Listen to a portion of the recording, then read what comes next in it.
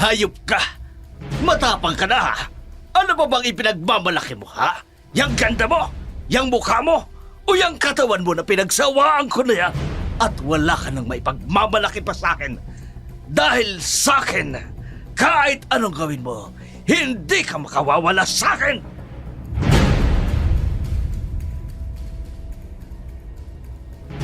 Ang hanakop ay mga sinaunang aswang na kinikilala bilang mga maharlika. Katulad ng mga pinuno natin noon. Kagaya ng mga Dato o Raha. Dahil sa kanilang purong tugo. Ang mga hadagobre ng itinuturing na hari ng mga aswang. At nagtataglay rin sila ng dugo ng mga itim na engkanto. At ng mga bangkilan. Magandang araw po sa inyo mga giliw naming taga-subaybay. Kumusta po kayo? Welcome back sa ating channel. Kung bago pa lamang kayo, huwag kaliligtaang mag-subscribe, mag-like, mag-share, at i-click ang notification bell para updated kayo sa mga bagong video na aming i-upload. At ngayon, narito na ang ating kwento sa araw na ito. Tulungan natin si Chat. Tulungan natin. Tulungan natin sila. Mga kapitbahay! May halimaw na sumugod sa bahay nila Cynthia! Target yung sanggol! Elika, tulungan natin! Halika kayo! Tulungan natin sila! Tulungan ninyo, kawawa naman! Diyos ko! Ano bang nangyayari? Bakit nagkakagulo ang mga kapitbahay? Lucio! Anak! Nasaan ka ba? Ano bang nangyayari? Nay, may nangyari po kasing kababalaghan sa bahay ni Aling Cynthia. At ano namang kababalaghan yon? Eh bakit nagsisigawan at nagsisitakbuhan ng mga tao? Ang sabi po kasi, Nay, pumasok na kayo sa loob. Huwag kayong lalabas. May aswang sa paligid. Muntik nang mabiktima ang anak ni Cynthia. Ano? Diyos ko! Aling Lolay, totoo ho ba yan? Totoo, Rosario. Kaya sige na, pumasok na kayo. At sa wari ko'y may isang malakas na uri ng aswang ang napadpad dito sa ating baryo. Anong klaseng aswang, Lola Lolay? Hindi ko pa batid. Pero mas malakas, mas mahiwaga. At sa paniniwala natin dito sa Visayas, ang mga ganyang uri ng aswang ay mas nakatatakot. Hey! Durang! Lumayas nga kayo rito sa bahay namin. Nagkakalata naman kayo ng mga sinungalingan ninyo. Wala lang kami palon. Wala lang kami doon sa palon noong 1970. Pwede ba umalis kayo rito sa bahay ko? Magsilayas kayo! Magno, ano ka ba? Huwag mo namang bastusin si Aling Lolay. Manahimik ka, Rosario. Kundi tatamaan ka sa akin. Magno, ang alak, inilalagay sa tiyan, hindi sa ulo. Mukhang maraming nainom mo. Ay, gula! Alam ko ang ginagawa ko, ha? At huwag na huwag mo akong pangangaralan. Hindi kita magulang peste! Hoy! Rosario! Dariyan ka pala. Ipagtimpla mo nga ako ng tamisan mo, ha? Kape. Tapos tatamisan mo. Nag-gets mo ba? Opo, Tio Magno. Ay, bilisan mo na, Roso. Alam mo naman ayokong nainip ako. Kaya bilisan mo na. Huwag mong paghintayin ang Tio Magno mo. Opo, Chong. Nagmamadaling pumunta sa kusina si Rosyo. Nanginginig ang kanyang mga kamay at paa, lalo na nang makita ang namumulang mga mata ng kanyang padrastong si Magdo. Hindi talaga siya komportable sa kanyang padrasto, pero nakikisama siya para sa kanyang inang si Rosario. Nang makarating siya sa kusina, kaagad siyang nagtimpla ng kape at dinagdagan niya ang asukal ayon sa gusto ni Mang Magdo. Kabisado niya ang timpla nito ng kape dahil madalas siya nitong utusan. Pabalik na siya ng sala. Wala na ang matandang si Lolay. Naiwan na lamang doon si Magdo at ang kanyang ina. na kasalukuyang nagtatalo. Ano bang gusto mong gawin ko, Magno? Naubos na nga yung perang ibinigay mo. Pinayaran ko pa nga yung utang mo sa tindahan na halos kadalasan ay puro alak. Nagrereklamo ka pa, ha? Palamunin ka na nga lang! Rick, ano ba, Magno? Nasasaktan ako! Talaga masasaktan ka sa akin! Bakit mo naman ako sinapak? Wala ka na ba talagang awa? Ay, punyet ang awa na yan! Hoy! Kung hindi ka sana pumirmi dito sa bahay, edi sana may ambag ka! Bisit! Tapos magrereklamo ka na kulang yung perang binibigay ko sa'yo! Sinusubukan ko namang magtrabaho! Pero anong ginagawa mo? Ginugulo mo ko sa pinagtatrabahuhan ko dahil dyan sa kakaselos mo! Bakit hindi? Tingnan mo nga ang nangyari. Nagkaanak ka sa labas. Ayan si Rosyo! Ang ebidensya na hindi mo kayang mabuhay na walang lalaki! Hiwalay tayo ng mga panahong nakilala kong ama ni Rusyo. Iniwan mo ko ng mga panahon na yon. Alam mong hinintay kita, pero hindi ka na bumalik. Naglaho ka lang na parang bula. Pe! Puro ka dahilan! Pasalamat ka nga tinanggap ko pa yung anak mo sa labas! Panyemas na yan! Nagpapalamon ako na hindi ko anak! Hahanap na lang po ako ng mapapasukang trabaho, Chong. Para po makatulong ako sa gastusin dito sa bahay. Hindi pwede! Dito ka lang sa bahay. Ho? Pero kayo na rin po ang may sabi. Palamulin lang po kami dito. Lalo na po ako. Rosyo naman, masyado ka namang sensitibo. Huwag mong intindihin yung mga sinabi ko. Akin na yung kape ko. Heto po. Ang ganda mo talaga, Rosyo. Mabuti na lang. Hindi ka nagmana sa nanay mo. Tumigil ka nga, Magno. At totoo naman tingnan mo ka ang kulay nitong anak mo. Ha? Namumula sa sobrang puti. Makinis. Maladyo sa mukha, pati ang kulay ng buhok ay kakaiba. Pati ang kulay ng mga mata, kulay amo. Anong lahi ba ang pinatulan mo, Rosario? At parang ikanto ba, ha? Chong, huwag niyo naman pong bastusin si nanay. Abay, gusto mo rin yatang makatikim ng sapak, Rosyo? Pinakayo ka sa lahat yung sinasagot-sagot ako. Rusyo, pumasok ka na sa loob. Pero nay, Sige na, anak. Pumasok ka na sa loob. Baka kung ano pang magawa ni Magno sa'yo. Pareho kayong mag-ina! sige po.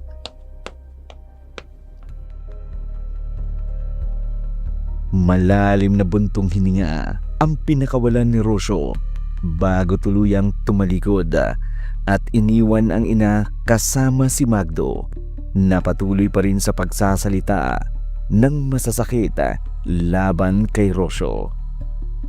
Gusto mang umalis ni Rosyo sa poder ni Rosario at Magdo, hindi niya magawa. Nagmamakaawa kasi sa kanya si Rosario nung wag siya nitong iwan. At naaawa rin siya sa maliit niyang mga kapatid, lalo na't palaging napagbubuntunan ito ng galit ni Mang Magno. Samantala, mabilis na lumipas ang mga oras. Nagising si Rosyo ng alanganing oras ng gabi.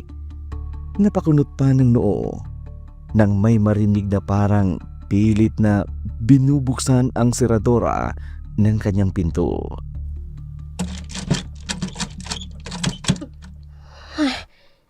May pilit na nagbubukas ng pintuan ng kwarto ko. Sino? Sinong nandyan? Salde? Ikaw ba yan? Ay, nawala na.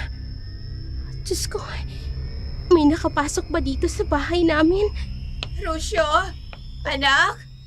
Gising ka pa ba? Si nanay, bubuksan ko yung pinto.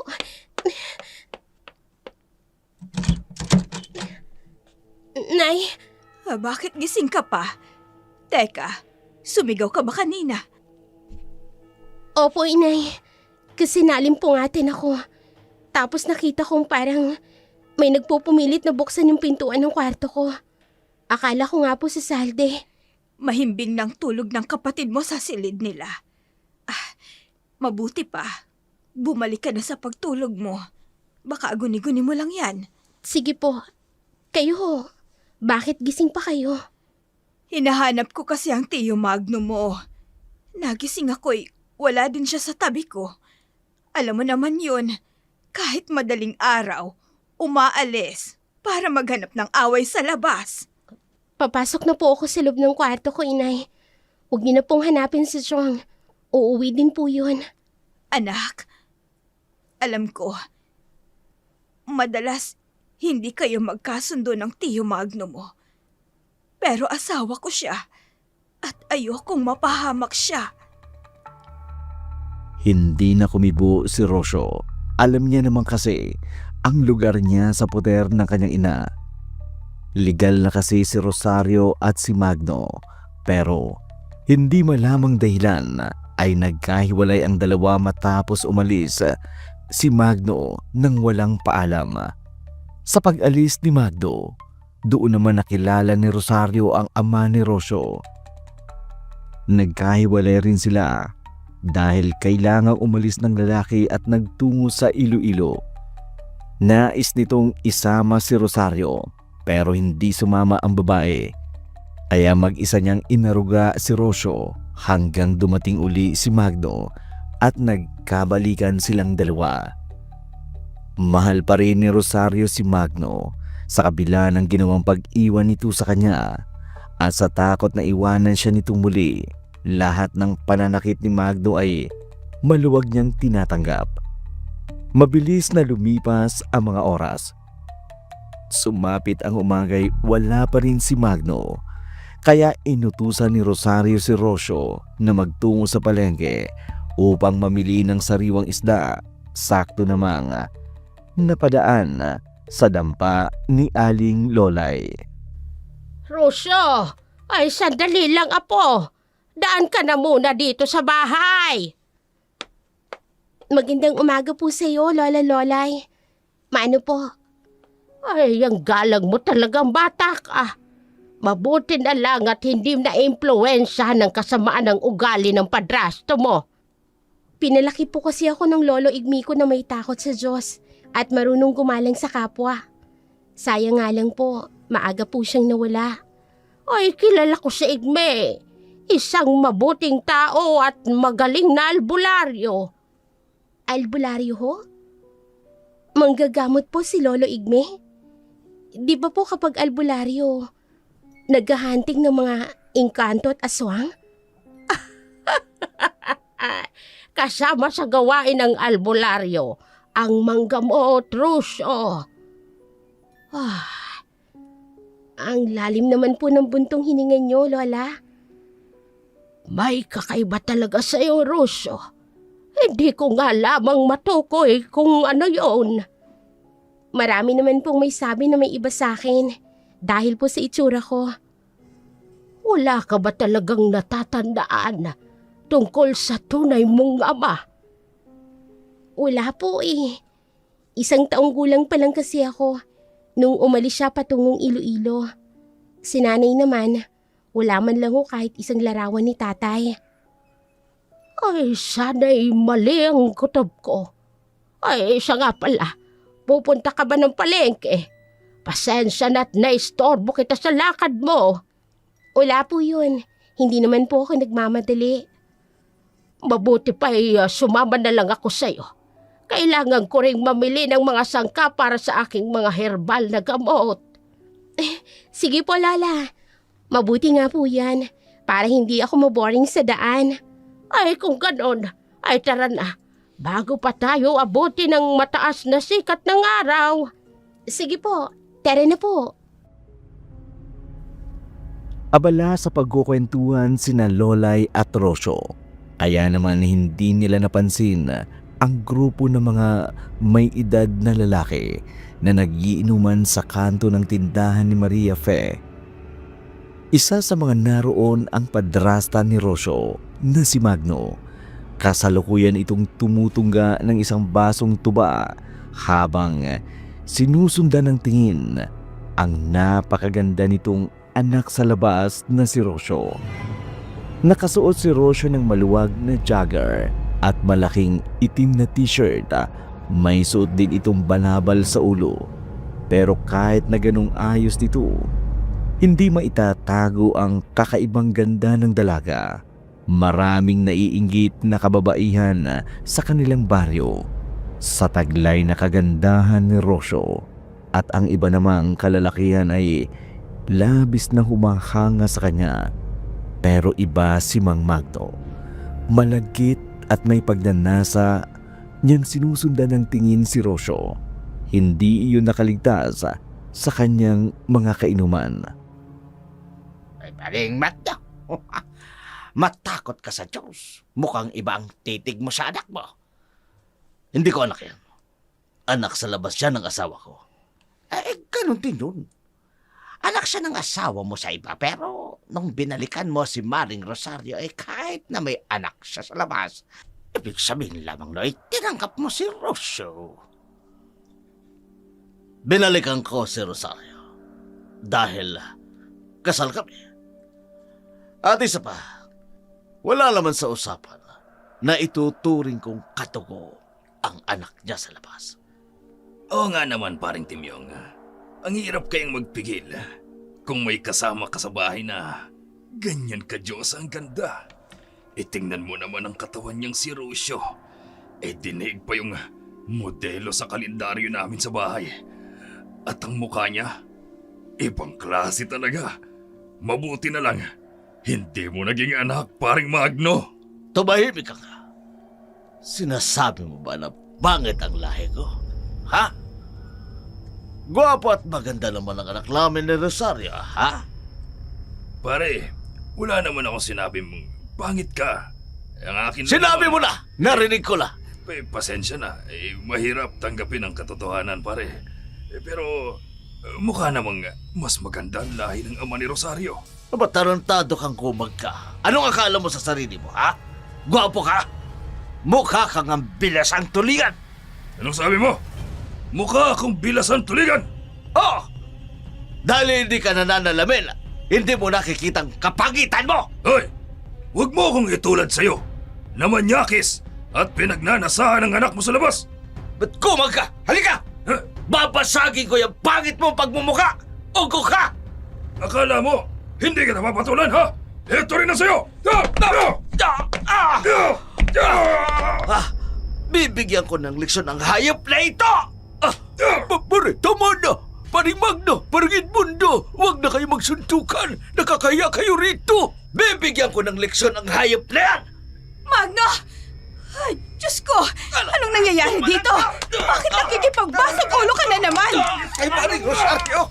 Ay, tumawag ka na ng tanong bilis! Hindi natin maaawat ang dalawang yan! Oo, parang Timyong. Diyos ko! Ito na nga bang sinasabi ko?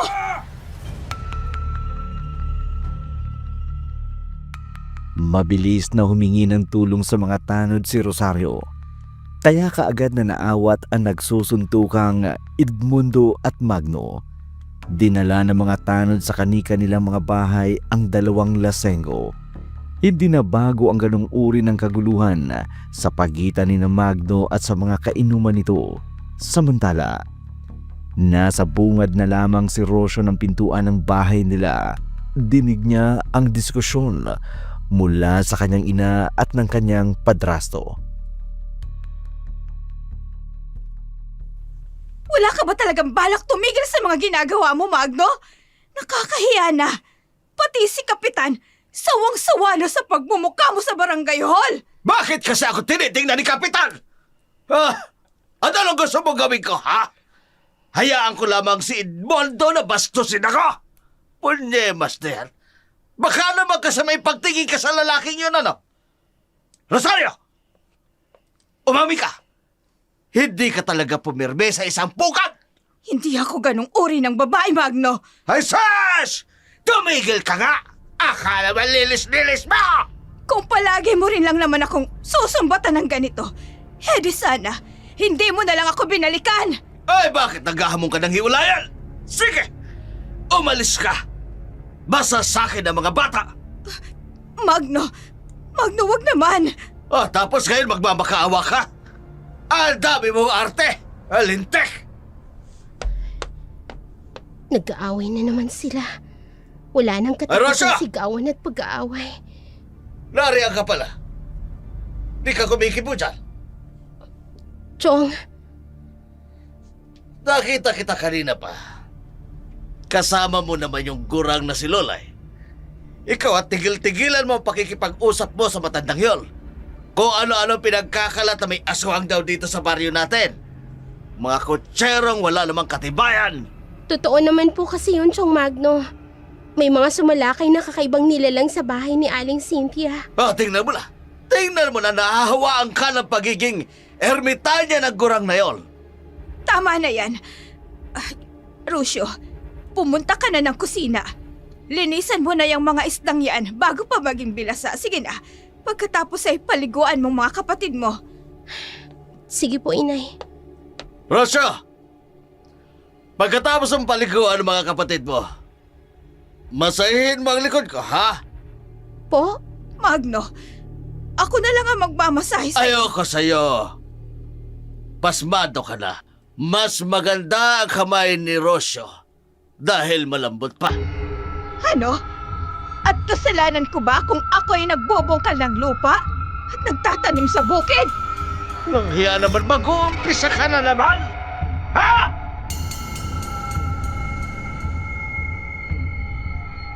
Huminga ng malalim si Rosyo bago tuluyang pumasok sa kusina. Sinadya niyang bagalan ang paglilinis ng isda at pagluluto.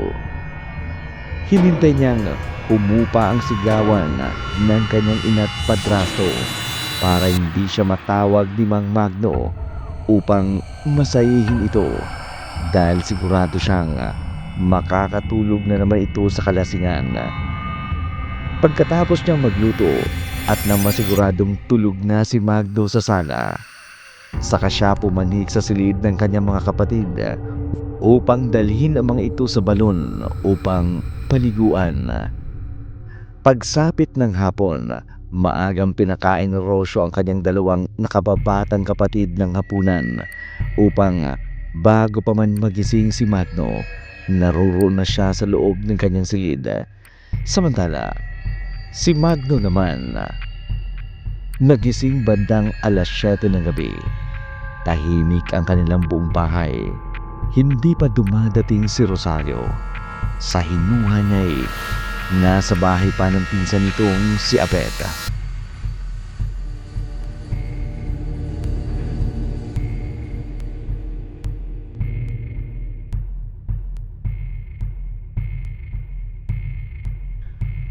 Matalino talaga si Rosyo. Talagang sinisigurado mo nakasarado ang pinto ng kwarto mo at nakalang. Pero akala mo siguro hindi mo alam ang bawat galaw mo. Alam kong lumalabas ka ng ganitong oras dahil gagamit ka naman.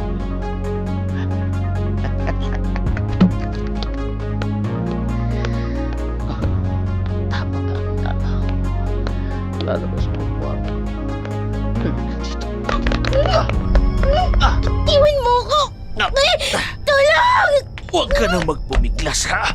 Huwag mo na akong pahirapan pa! Bitiwan mo ko, Chong Magno! Sisigaw ka pa, ha? Itong bagay sa'yo!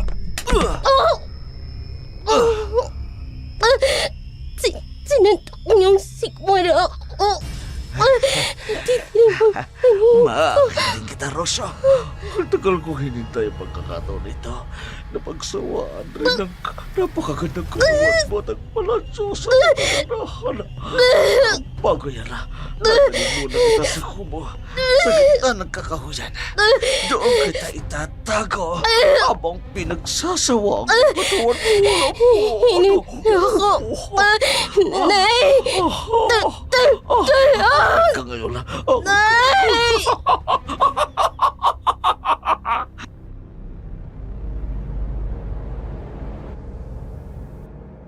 Nawala ng malay si Rosyo dahil sa lakas ng pagkakasuntok sa kanyang sikmura ni Magno.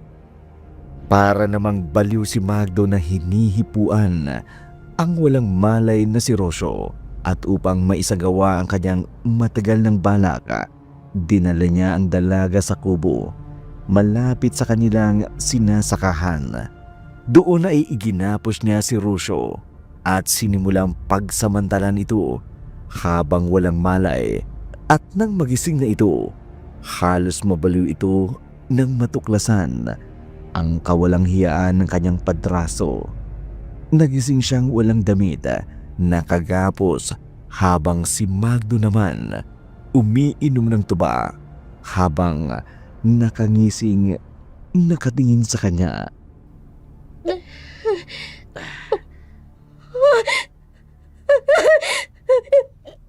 Anong ginawa mo sa akin? Hayop ka! Hayop ka! Anong ginawa mo sa akin? Hulaan mo kaya. Magpinoyhin nyo kaya tayo kung anong ginawa ko sa'yo. Ano ba? Eh di nagpakasasa ako sa katawan mo. Ang kulo-kulo-kulo-kulo-kulo mo. Hindi ako nagsasawa. Ulit-ulitin ang ginagawa ko sa'yo. Hayop ka! Demonyo ka! Pakawalan mo ako rito! Pakawalan mo ako! Di ka makakawala dyan. Dahil dito na kita itatago. Gagawin kita parusa ko. Hindi ka mapapakinabangan ng ibang lalaki. Katulad ng ginawa sa akin ng nanay mo. Ikaw ang magiging kabayaran sa ginawa sa akin ni Rosario. Hindi ka niloko ni nanay! Iniwan mo siya nang walang pasabi! Tumahimik ka! Gusto mo yan ulit ang ginawa ko sa'yo, ha? Kanina ka mo wala akong malay. Sa bagay, mas masarap pa yung musika. Tiwan mo ako! Demonyo ka! Tiwan mo ako! Hey! Huwag ka na mag-inate! Nagalaw na ang katawan mo ng ilang ulit! Nakita mo ang dugo niya, ha? Patunay, nagalaw na kita. Hindi lang isa, dalawa, tatlo at marami pa. At susunod, kaya huwag ka na magsisisigaw! Winyakis ka! Hayop ka! Pagbabayaran mo to! Magbabayad ka sa ginawa mong kayupan sa akin! Tumahimik ka sa... Ika nga dito, nanggigigil ako sa'yo!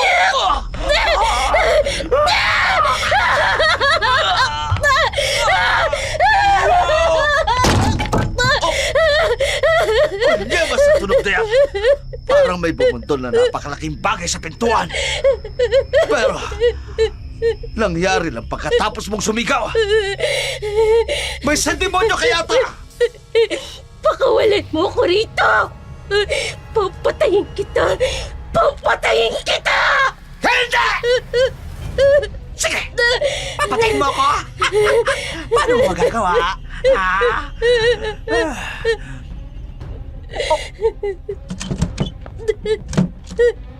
Bigla-bigla na lang bumubukas ang pinto. Ano? Hindi. May kakaibang nilalang na pumasok. At yung aso pero may ulo ng baboy. Hindi! Susugurin niya ako at tatalon ako sa bintana! Yeah!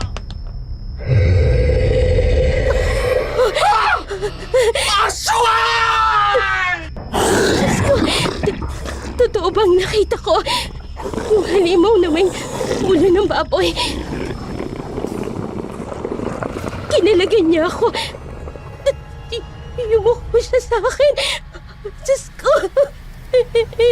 Hindi ko po alam kung anong nangyayari. Pero kung ito man ang tulong na bigay niya sa akin, salamat po. Ang mga damit ko. Kukunin ko ang mga damit ko.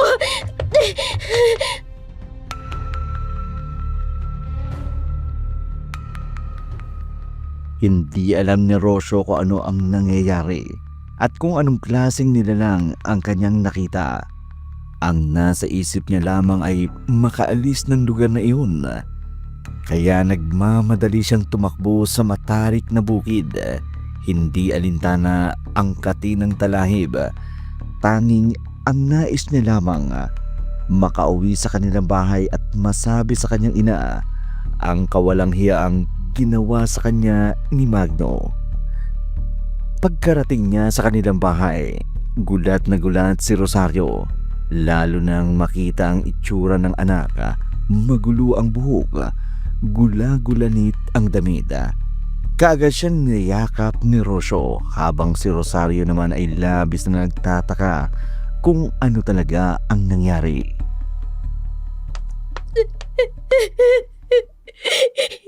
Nay! Rocio! Ano bang nangyayari sa'yo? Bakit ganyan ang itsura mo? Saan ka galing? Bakit ka umiiyak? Nay! Si Chuwagno! Bakit? Si Chuwagno! Anong nangyari sa Tio Magno mo? Rocio! Nay! Nay, kinasa niya ako! Dinala niya ako sa kubo sa kalapit na sinasaka nating bukid. Kinasa niya ako, Nay! Paulit-ulit!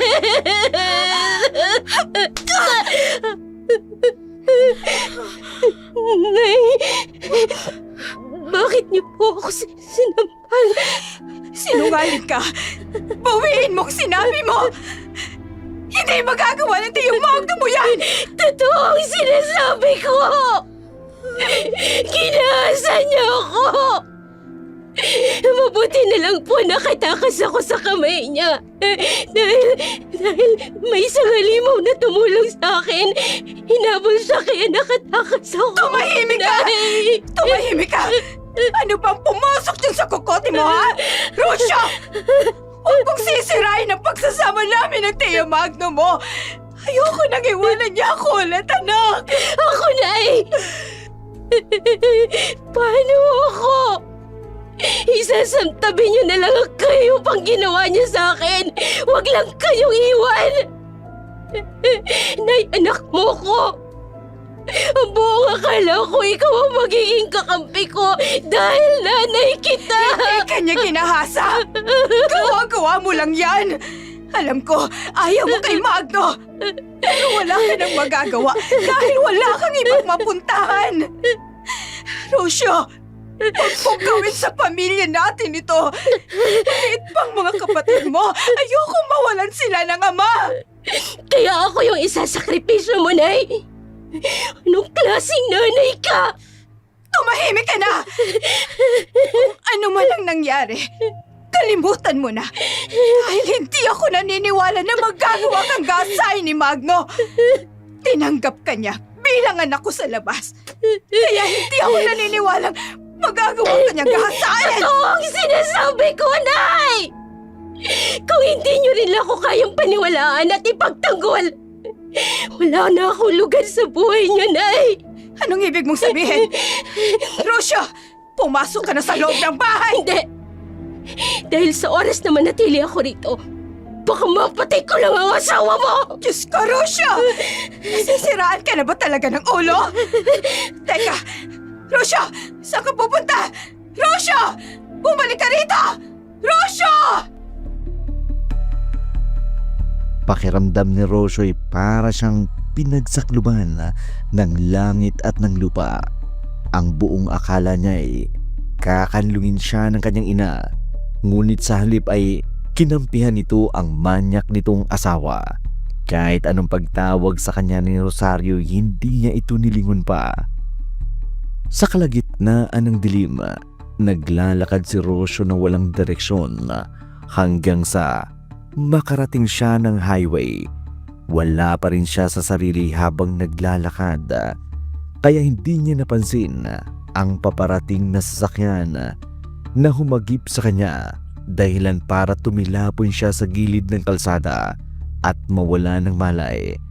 Nagising na lamang siya sa loob ng hindi pamilyar na silid.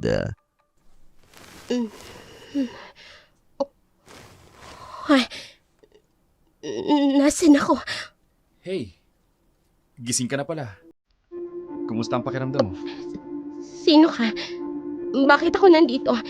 Anong ginawa mo sa akin? Miss, relax. Wala akong ginawa sa'yo, ha? Aksidente ka nahagip ng driver ko kagabi dun sa kalsada. Mabuti na lang. Wala kang natamong malaking pinsala, galos at mga pasalang. Sino ka? Ako si Attorney Leandro Silvestre. Chill ka lang, okay? Aalis na ako. Bigla akong nakaramdam pagkahilo. Marahil, dahil yan sa aksidenteng nangyari sa'yo kagabi. Gusto ko nang umalis. Saan ka ba nakatira? Ihahatid na kita. Gusto mo ba? Ayokong umuwi sa bahay namin. Naroon ang taong lumapastangan sa akin. Ha? Anong ibig mong sabihin? Miss, huwag ka naman umiyak, ha? Sandali, ikukuha kita ng tubig. Dito ka lang, ha? Huwag kang babangon ulit at baka kung ano pa mangyari sa'yo. Nagmamadaling lumabas ng silid ang napakagwapong lalaki. Samantala, naiwan namang nakatulala si Rocio sa kesame. Ramdam niya ang pananakit ng buo niyang katawan at nangingilid na luha sa kanyang mga mata. Pagbalik ni Leandro sa loob ng kwarto'y hindi na ito nagtangkapang magtanong sa kanya.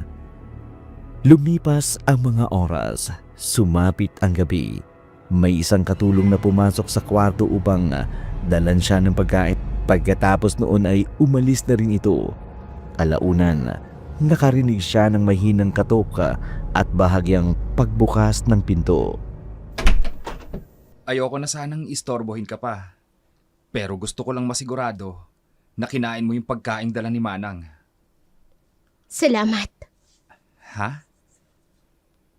Salamat sa tulong mo. Walang anuman yun. Isa pa, may pananagutan din naman ako sa'yo. Dahil nahagip ka ng kotse ko. Hindi naman kaya ng konsensya ko, natakbuhan ka na lang. Sana lahat ng tao katulad mo, no? May konsensya. Miss, ano ba talaga nangyari sa'yo? Bakit naglalakad ka sa kalagitnaan ng gabi, dun sa kalsada, na parang wala ka sa sarili mo?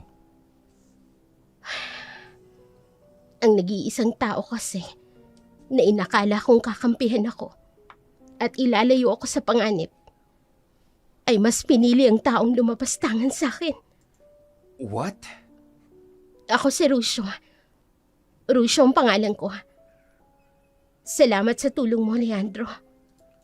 Okay, Rusio, kung may lumapastangan man sa'yo, kaya kitang tulungan. Isa akong abogado. Kaya kong tulungan ka, ha?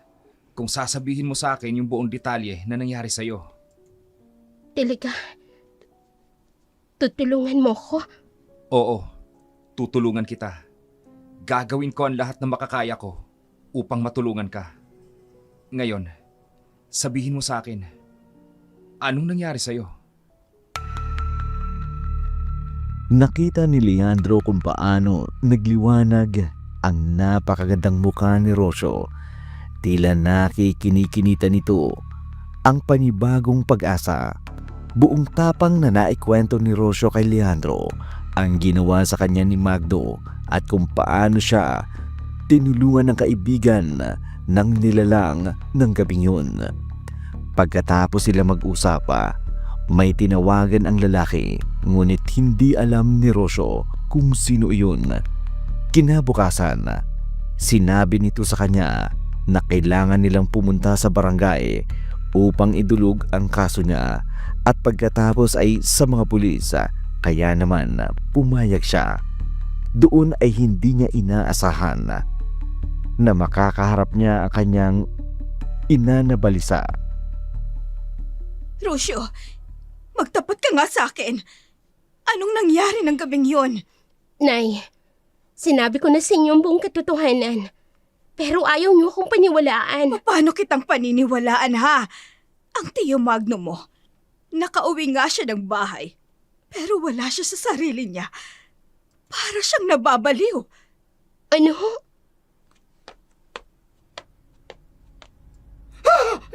Layo ka! Huwag kayo lalapit sa akin! Mga engkanto kaya! Ikaw may gawa nito sa akin! Impacto ka! Aswang! Engkanto! Impacto! Pare-pareho kayo mga limaw! Pasensya na. Hindi ko napigilan si Magno. Hindi ko siya magawang kontrolin. Hindi. Aling Lolay, parang awan niyo na ho. Kamutin niyo po ang asawa ko. Hindi siya pwedeng tuluyang mabaliw. Rosario, ginagawa kong lahat ng makakaya ko. Pero napakalakas ng engkantong may hawak sa kanyang kamalayan. Kasalanan mo to, Rusyo! Dahil sa'yo, nabaliw ang Tio Magno mo! Nay, wala po akong ginawa. Ako ang biktima dito. Sinira mong pamilya ko! Tinanggalan mo ng ama ang mga kapatid mo! At gusto mo ring maging miserable ang buhay nila ng kagaya mo! Nay, hindi ko hiniling na isilang niyo ako. Magsisi na kayo! Sana nga hindi niyo na lang ako isinilang. Ilang bagay sa'yong bastos ka! Wala kang utang na loob! Sana, hindi na lang kita naging anak! Sana, hindi ko na lang nakilala ang ama mo!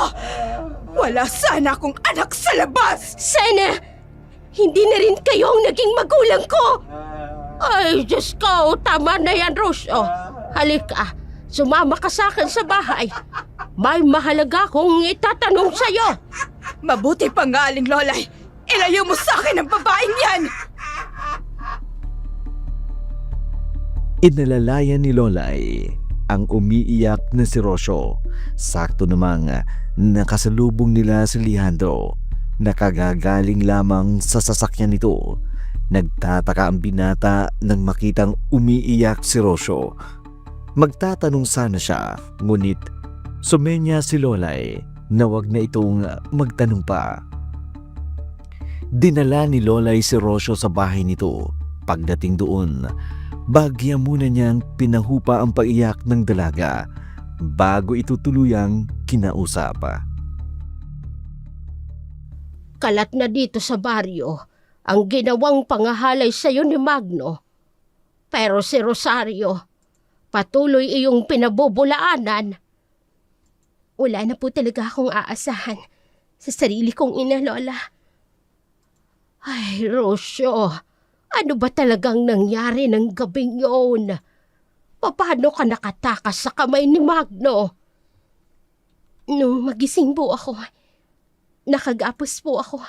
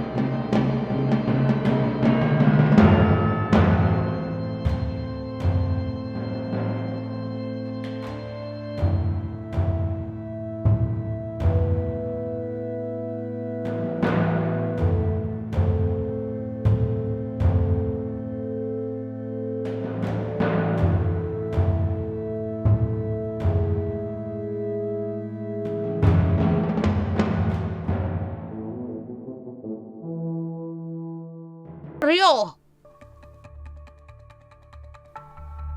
Tuliro si Rosario. Hindi niya alam kung maniniwala ba siya sa sinasabi ng matandang albularyang si Lolay. Sino ba naman kasi ang maniniwalang totoo ang mga aswang? O kahit ang iba't ibang uri ng aswang. Walang imik siyang pumasok sa loob ng sasakyan ni Leandro. Hindi rin kumibo ang binata. Tila ramdam din ito na ayaw niya munang makipag-usap. Samantala, sumapit ang 6:00 ng gabi. Nagtataka pa man siya nang bigla siyang tawagin ng katulong ng bahay ni Leandro at sinabi nitong may naghahanap daw sa kanya. Isang may edad na lalaki. Natatakot pa siya at iniisip na baka si Magdo yun. Kaya nagpasama siya sa katulong sa may gate. Ngunit kumunot ang noo niya nang makitang hindi iyon si Magdo. Sino po kayo? Ako si Magdol. Ako tumulog sa'yo nung gabing yun. Ikaw yung... Oo. Diyos ko, Oh, natakot ka sa akin? totoo ngang sinasabi ni Lola. Teka, ikaw din ba yung asong na sumalakay sa bahay ni na Aling Cynthia? Oh, hindi ako yun. Ang sumalakay sa kapitbahay nyo ay isang bababang uri ng aswang na uhaw sa dugo. Pero, nagawan ko na ng paraan upang mapigilan sila. Ganun ba? Anong kailangan mo sa akin? Alam ko na hanapin mo ko. Ayoko nang pahirapan ka at ito rin naman ang ipinunta ko. Sandali. Kilala mo ang aking tunay na ama? Oo. Kilalang kilala. Patawarin mo sana ako dahil nahuli ako nang dating ng gabing yon. Hindi mo kasalanan yon. Nasaan ang aking tunay na ama? Gusto ko siyang makilala. Wala siya rito sa lugar ninyo. Nasa malayong buok siya ng Iloilo. Kung ganon, dalhin mo ako sa kanya. Mabigat ka. Sasamahan na lamang kita.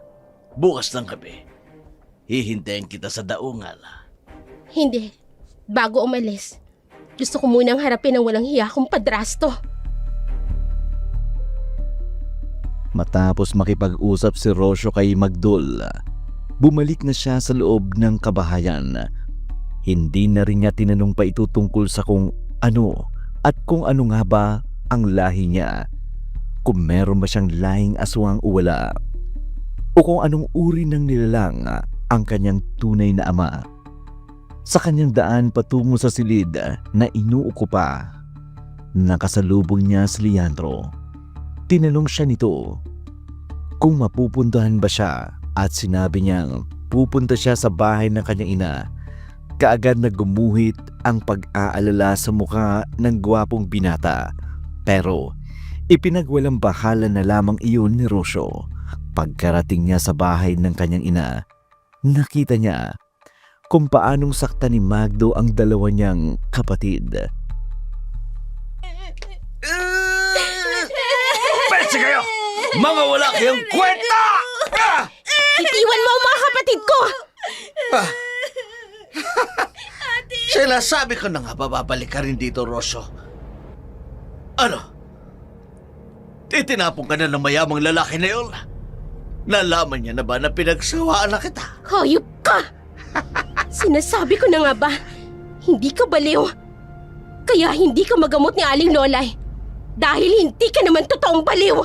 Baliw ka! Baliw ka! Baliw ako sa kagandahan mo, Rocio. Alam mo bang palagi kong pinananaginipan ang ginagawa ko sa'yo? Hindi nga ako makatulog eh. Pero dahil nandito ka na, magagawa mo ng bawi na palalabi ko sa'yo. Halika. Dito. Kita rin iwan. Halika. Alamis mo ka, di ba? O labis kitang hayop ka. Matapang ka na, ha? Ano bang ipinagmamalaki mo, ha? Yung ganda mo yan? Yung ganda ng mukha mo? O yung katawan mo? Pinagsawaan ko na yan. Kaya wala ka nang maipagmamalaki pa sa akin. Dahil sa akin ka na at Kahit anong gawin mo, hindi ka makakawala sa akin. Yun ang akala mong hayop ka. Pagsisisihan mo ang ginawa mong kababuyan sa akin. Ako magsisisi? Bakit ako magsisisi? Oh, talap-talap eh. Wala ka na magagawa, Rosyo. Dahil kahit sarili mong ina, hindi naniniwala sa'yo. Dahil ikaw ang baliw. Baliw na baliw ko sa akin, di ba? Hindi niya kayang mabuhay nang wala ako sa piling niya. Baliw! Aray. Sinuntok mo ako? Talaga naghahanap ka ng sakit ng katawan, At bago ang sarap, Kung ganun, pagbibigyan kita. Pagbibigyan kita. Rosyo! Anong ginagawa mo dito? Nay, Halimaw ka. Aswang ka. Layon mo ko. Sasaktan niya ka. Sasaktan ako. Magno, na yan. Magno, asawa ko. Hindi ka niya masasaktan, ha? Hindi ko hahayaan yun. nababaliw ka na ba talaga, inay? Hindi totoong baliw yan. Nagkukunwari lamang siya na nasisiraan ng ulo para hindi siya damputin ng mga tanod at pulis. Bebe! Sasaktan niya ako. Diyok mo ko bigay sa kanya. Wala ka na ba talagang awa, Rusyo? Puro kahihiyan ang kinakaharap ng pamilya natin ng dahil sa'yo. Tapos, ipapakulong mo pa ang Tiyo Magno mo? Dahil sa kasinungalingan, kaya siya nabaliw ng ganyan. Kung pareho kayong nababaliw, inay, niloloko kayo ng harap-harapan ng mahal mong asawa. Sinasaktan niya si Salde at Ray kanina. Pero ang ginawa mo, wala. Nagpauto ka sa asawa mo, mas masahol pa sa aswang. Umalis ka na dito. At huwag na huwag ka nang babalik pa dito. Umalis ka na. Sinira mo na rin lang ang pamilya ko. Wala akong anak na katulad mo. At pinagsisisihan kong isinilang pa kita. Sobra mo na akong sinaktan, inay. Hindi ko naman ginustong isilang mo ko. Huwag kang mag-alala. Hahanapin ko ang tunay kong ama. Hindi hanapin mo. Wala akong pakialam. Tingnan lang natin kung mahanap mong walang kwenta mong ama. Huwag mo siyang paalisin dito. Dito lang siya. Hindi, Magno. Sinira niyang pamilya natin. Kailangan niya nang umalis. Hindi. Hindi ko siya ituturing panaanak. Hindi. Magno, Huwag mo siyang paalisin. Kulong natin, Halimaw. Kulong natin siya. Kapal ng mukha mong manyakis ka.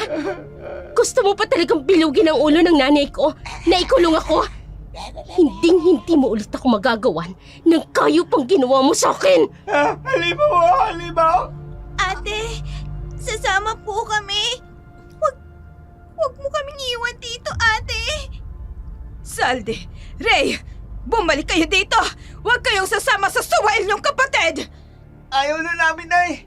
Saan ba si tatay? Ate, sasama na kami sa'yo. Sama kami, ate. Nagmamadaling umalis si Rosyo. Umiiyak siya. Lalo na dahil sa mga palahaw na iyak ng kanyang mga kapatid. Kita rin niya kung paanong tumiim ang bagang ni Magno nang umalis siya. Alam niyang hindi ito habang panahon na magpapanggap na isang baliw dahil sigurado siyang gagawa ito ng paraan para makuha siyang muli. Pinagtitinginan siya ng kanilang mga kapitbahay pero hindi niya binalikan ng tingin ang mga ito, lalo na nang makasalubong niya si Magdol. Sinabi nito sa kanya kung gusto niya bang turuan ito ng leksyon si Magno, bagay na hindi nito ginawa ng gabing iniligtas siya nito. Sa pag-aakalang magbabago si Magno, pero mas lalo pang lumala ang ugali nito sa halip na magsisi.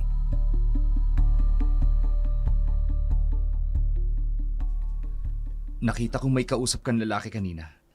Sino?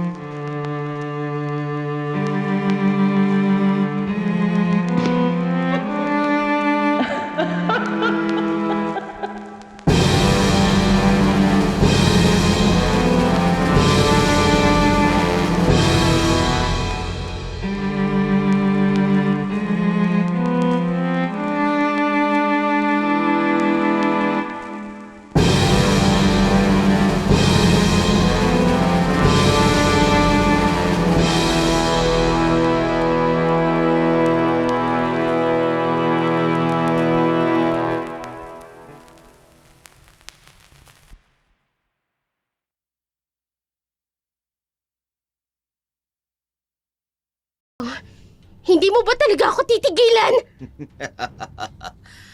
Sa tingin mo ba talaga, hahayaan kitang makaalis dito, Rosyo? Hindi ko mapapayagang makaalis ka sa baryong ito. Matagal na kitang ninanamnam, Rosyo.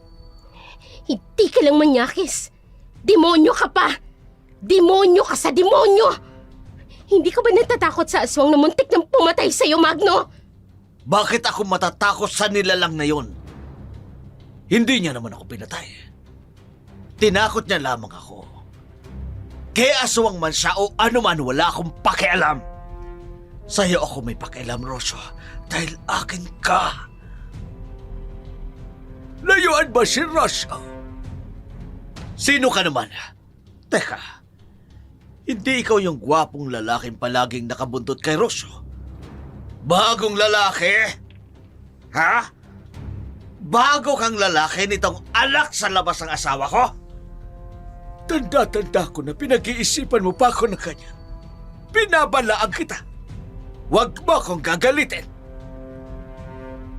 Magdul, Pumasok ka na uli sa sasakyan, Rosyo. Ayoko makita mo ang brutal na kamatayan ng halima mong pantrasto. Pinatatawa mo naman ako, tanda. Akala mo ba natatakot ako sa'yo? Isang taga lang ang katapat mo. Kaya umalis ka dyan at huwag mong aharangan kung ayaw mong masaktan. Bumalik ka na sa loob ng sasakyan, Rosyo. Ako na bahala sa hangal na ito. oo. Mag-iingat ka, Magdul. Walang hiya ka. Bumalik ka dito! Rosyo! Talagang ginagalit mo ko, ha? Saan ka pupunta? Aba talagang desidido kang harangan ako, ha? Kinagalit mo talaga ako. Binigyan kita ng pagkakataon para magbago. Pero sinayang mo. Hindi ko na hayaang masaktan mo pa si Rosyo.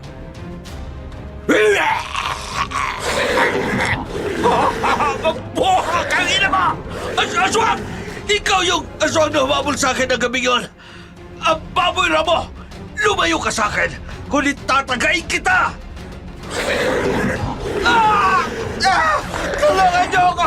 Hinahabol ako ng aswang! Rosyo! Tulungan mo ako! Ako din sasabihin ko sa mga tao na may alaga kang demonyo! Tulong!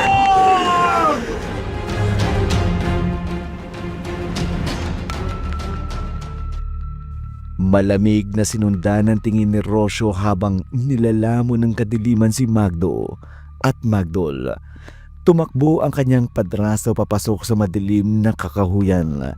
Kasunod niyon ang malamig na pag-alulong ng mga aso. Ilang sandali din siyang naghintay bago bumalik ang pawisang si Magdol. May dugo ang damit nito pero hindi nagtanong pa si Rosyo kung anong ginawa nito sa kanya ng halimaw na padraso. Pasensya ka na, Rosyo. Medyo natagalan ako. Ayos lang. Umalis na tayo. Baka kung gabihin pa tayo lalo bago makarating sa daungan. Sige, papalitan ko lang itong damit ko. May bahid kasi ng dugo. Baka kung ano pang isipin ng makakakitang tao sa daungan. Sige, Magdul. Lalabas na muna ako ng sasakyan para makapagbihis ka. Salamat, Rosyo. Tumugon na lamang si Rosyo bago tuluyang lumabas ng sasakyan. Nakarating sila sa daungan mga bandang 10:00 ng gabi. Iniwanan nila ang sasakyan ni Magdol sa isang kilala nitong nakatira malapit sa daungan. Bago sila sumakay ng barko, muling sinulyapan ni Rosyo ang baryong kanyang kinalakan bago tuluyang pumasok sa loob ng barko. Hindi na mamalayan ni Rosyo kung ilang oras silang bumiyahe ni Magdol, lalo pat hindi niya kabisado ang lugar ng Iloilo. Namalayan na lamang niya, binabagtas na nila ang malawak na daan na napaliligiran ng tubo at nyugan hanggang makarating sila sa isang malaking bahay na tila isang lumang mansyon. Pansin niya, kilala ni Magdol ang mga katulong doon dahil walang kahirap-hirap silang nakapasok sa naturang bahay. Nang makapasok na sila, sinabihan siya ni Magdul na maghintay na muna sa malawak na sala. Dahil ipapaalam niya sa amo nito na dumating na siya. Siya na ba ang anak ko? Oo po, Bakandal Dato. Siya na nga po ang pinapahanap ninyo sa akin. Anak ko. Ikaw ang tunay kong ama? Ako nga, anak. Ako ang tunay mong ama. Pero bakit ang bata niyo pong tingnan? Parang hindi kayo tumandaman lang. Para lang kayong nasa 30s. Dahil yun sa dugo natin, anak. Ibig niyo pong sabihin, totoo ang sinasabi sa akin ni Lola Lolay noon. May kakaiba nga sa dugo ko. Alam ko mahirap paniwalaan. Pero ang lahi natin, lahi ng mataas na uri ng aswang. Ang lahi ng Hanako. Tayo ang itinuturing na pinakamataas na antas ng aswang. Dahil sa ating purong dugo. Kakaunti lamang tayong natitira sa mundo. Dahil halos nauubos na ang lahi natin nang sumalakay ang mga mananakop noon. Hindi pa rin ako makapaniwala sa mga sinasabi niyo sa akin. Kung aswang nga tayo, umiinom ba tayo ng dugo ng tao? Bakit wala akong nararamdamang ganon? Hindi, anak. Kaya nating mabuhay nang hindi kumakain ng lamang loob ng tao. O uminuman ng dugo nila. Pero sa mababang uri ng aswang, kagaya ng mga manananggal, wakwak at iba pa. Oo, hindi nila kayang pigilan ang gutom. Pero tayo, kaya natin. May paraan po ba para mawala ang pagiging aswang ko? Anak, kaya ako umalis doon. Dahil nais ko mamuhay ka ng normal. Pero, nakakabit na yata sa atin ang kapalaran na magtagpong muli. Dahil nararamdaman kong may hindi magandang nangyayari sa'yo sa poder ng iyong ina. Kasalanan po ito ng halimaw kong padrasto. Huwag ka mag-alala. Alam kong naturuan siya ng leksyon ni Magdula. Pwede ko po ba kayong mayakap? Oo naman. Matagal din akong nangulila sa'yo, anak. Halika. Yakapin mo ang iyong ama. Papa, napakasaya ko po't nakilala na kita. Kahit na ano pa po ang lahi natin, wala po akong pakialam. Basta po makasama lang kita. Papa. Ako din, anak. Tayo ang lahi ng mga aswang. Ng mga Ilonggo. Napakasayo ko, anak. Nagkita tayo. Halos buong araw na nag-usap ang mag-amang Makandula at Rosyo. Sinusulit nila ang mga araw at panahon na hindi sila nagkasama. Nalaman din ni Rosyo na mayaman ang kanyang ama, malaki ang negosyo nito, at sa iba pang mga lalawigan, wala din siyang nakitang bagong asawa nito. Mabait din ang mga katulong nito sa bahay, pati na ang mga manggagawa sa sakahan at tubuhan. Isang hapon, habang umiinom sila na mag-ama ng kape, hindi napigilan ni Rosyo ang magtanong sa kanyang ama. Pa, pwede po bang magtanong? Oo naman, anak. Tungkol saan?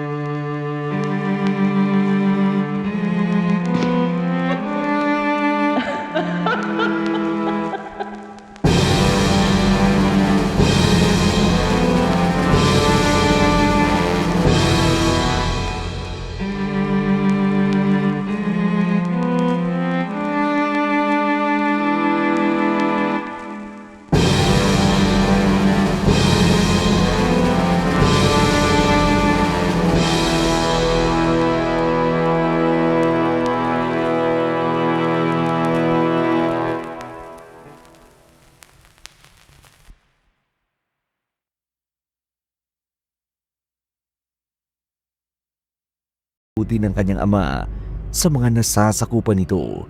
Ramdam niya rin kung paano siya mainit na tinanggap ng komunidad ng mga aswang. Kinabukasan, kinausap siya ng kanyang ama tungkol sa kanilang plano. Babalik ka sa baryo ng iyong ina? Bakit? Anong gagawin mo ron, anak? May mga kapatid po ako sa ina, Papa. Sinasaktan po sila ni Tio Magno. At si Nanay, wala siyang ginagawa. Nagbubulag-bulagan lamang siya sa mga nangyayari. Dahil takot siyang magalit at iwanan siya ni Tio Magno. Anak, hindi mo sila maaring kunin na lang ng basta-basta. Lalo't may mga magulang sila. Hindi ko naman po sila kukunin kung hindi kinakailangan pa. Kung yan ang plano mo, pasasamahan uli kita kay Magdol sa pag-alis mo. Huwag na po. Kailangan din po siya dito ng pamilya niya. Lalo na po't kapapanganak lang ng asawa niya. Ikaw ang bahala. Basta alam mo na ang gagawin mo kapag may nagtangka sa'yo na masama. Gamitin mo ang pagiging hanakop mo. Tinuruan na kita kung paano ito gamitin. Opo pa. Maraming salamat po talaga. Napakabuti niyo po talaga sa akin. Anak kita. Kung saan ka masaya, suportahan kita. Masayang niyakap ni Rocio ang kanyang ama. Labis siyang nagpasalamat sa Diyos dahil binigyan siya nito ng amang katulad ni Makandula. Hindi man ito perpekto, hindi man ito tao, pero masigit at mas makatao siya nitong itinuring kaysa sa kanyang inang tunay na tao. Inihatid siya ng kanyang ama at ni Magdul sa daungan. Bago siya makasakay ng barko, inabutan siya ng ama ng isang maliit na bag. Nagtataka pa siya kung para saan iyon, pero sumenyas ang kanyang ama na wag na siyang magtanong pa. Samantala, nang makarating siya sa kanilang baryo galing sa Iloilo, kaagad siyang sinalubong ni Lulay. Rocio, ay akala ko hindi ka na babalik dito sa baryo natin. Maraming nakakita sa iyong sumakay ng barko. Kaya naisip namin hindi ka na babalik pa rito. Lolay, naisip ko po kasi mga kapatid ko kung paano sila saktan ng walang hiya nilang ama. Ay, Lola, bakit po? May nangyari po ba sa mga kapatid ko? Maraming nangyari. Simula nang umalis ka dito, Rocio. Katulad po ng ano. Halika, sasamahan kita patungo sa bahay ninyo nang makita mo ang sinasabi ko. Huh?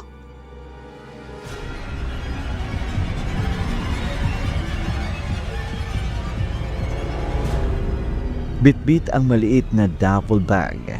Kinakabahang sumunod si Rocio sa matandang si Lulay. Bawat madaraanan nilang bahay ay napapatingin sa kanya. Ay nagbubulong-bulungan ng mga ito. Hindi niya na lamang pinansin ang iilan nilang mga kapitbahay na halatang nabigla nang makita siya habang papalapit sila sa bahay ng dati niyang tinatawag na tahanan. Muling nanumbalik sa kanya ang mga masasakit na salitang binitiwan sa kanya ng kanyang ina at ang kahayupang ginawa sa kanya ni Magdo. Nasa tarangkahan pa lamang sila nang makita niya ang dumi ng paligid at ang mataas na talahib na halos bumalot na sa buong bakuran. Ang dating mga bulaklak na inaalagaan niya ay wala na. Napatigil siya nang makita ang kanyang inang naglalaba. Pero tulala sa tabi nito ang dalawa niyang maliit na kapatid. Bilisan niyo nga ang pagbomba ng tubig sa poso! Kanina pa! Ang babagal niyo naman ay mataas ng sikat ng araw, oh! Ano pong nangyari? Namatay ho ba si Tio Magno? Ay, namatay. Anong sinasabi mo, Rocio? Ho? Akala ko po kasi. Rosario! Nasaan ang pampaligo ko? Kanina pa ako iniinitan dito! Sandali lang naman! Naglalaba pa ako, Magno! Ano? Baldado na si Tio Magno? Oo. Abay nadurog ang dalawa niyang binte. Habang bali naman ang isa niyang kamay. kinakailangang putulin upang maisalba ang buhay niya ng mga doktor. Ay kaya hayan, wala na siyang mga paa at isang kamay. Abay kinarma yata dahil sa kawalang hiya ang ginawa niya sa'yo. Kaya pala ganito na ang sitwasyon nila. Oo, Rusyo. Ang mga kapatid mo naman, abay pinagtatrabaho na ni Rosario. Nangunguha ng graba at basura sa kalye upang maibenta. Hindi ko hahayaang danasin ng mga kapatid ko ang ginawa nila sa akin. Hindi lola-lola. Nang araw na iyon, hindi nagpakita si Rosyo sa kanyang ina at mga kapatid nito. Tumuloy siya sa dampa ni Lola Lolay. Doon siya nagpalipas ng gabi, kinaumagahan.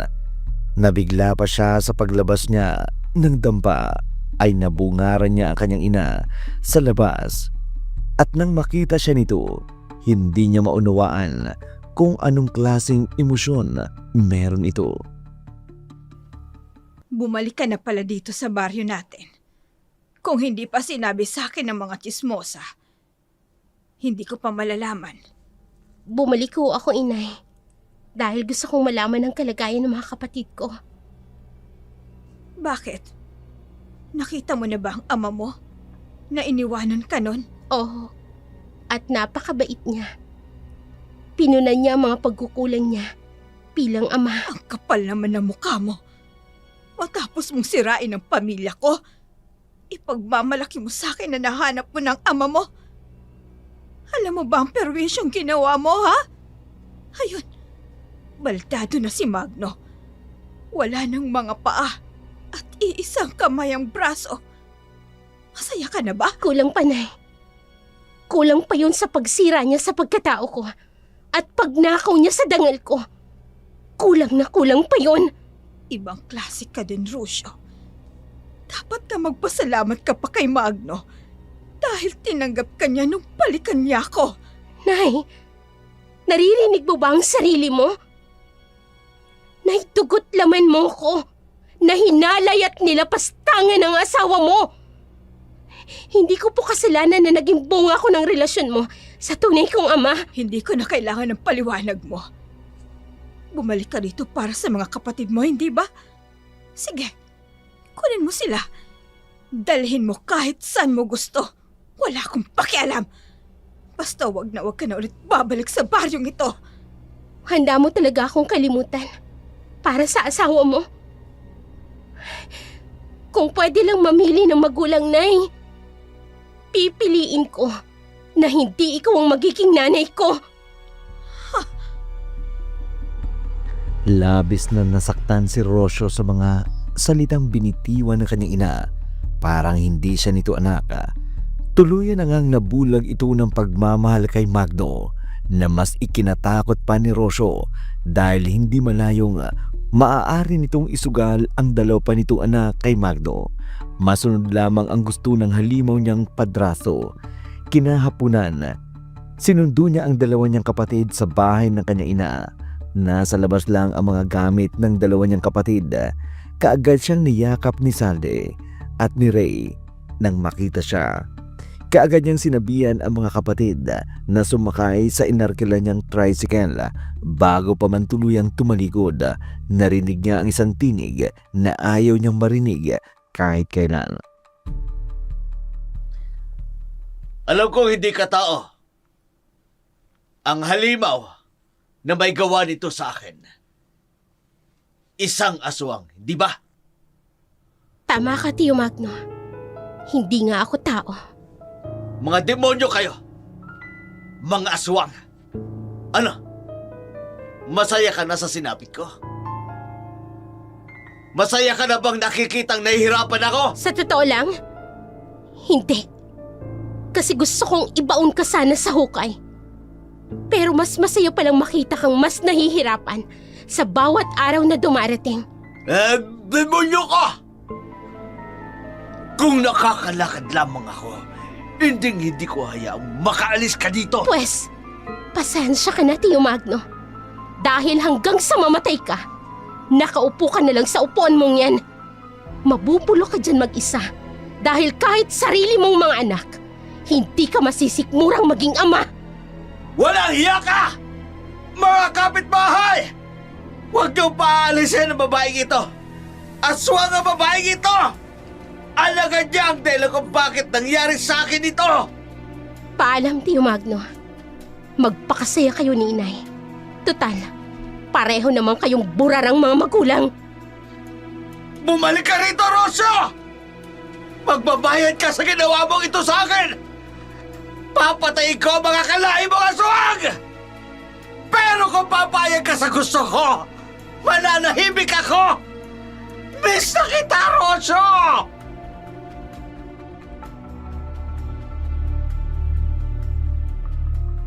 Kahit anong pagsigaw ni Magno'y walang pumapansin dito. Kahit pa ang kanilang mga kapitbahay. Wala naman kasing naniniwala sa natuklasan nitong pagkatao ng anak sa labas ng kanyang asawang si Rosyo. Dahil ang pinaniniwalaan ng mga tao ay nahulog siya sa mataas na bangin kaya nadurog at nabali ang kanyang mga kamay. Swerte pa ngang nabuhay siya. Samantala, si Rosyo naman ay nagpaalam na kay Lola Lolay. Nagpasalamat din sa lahat ng kabutihang ipinakita ng matanda. Kahit alam nitong isa siyang aswang, hindi siya nito kinatakutan o ipinagkanulo sa mga tao.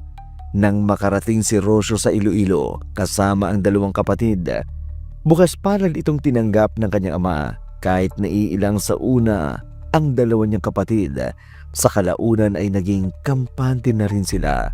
Isang araw, habang nasa beranda si Rosyo at kinakausap siya ng kanyang ama. Anak, Pa, bakit po? napansin ko simula nang dumating ka dito sa Iloilo. Galing sa baryo ng nanay mo'y napansin kong malungkot ka. May bumabagabag ba sa iyo? Wala po ito, Pa. Alam ko kapag may gumugulo sa iyo, sabihin mo lang sa akin.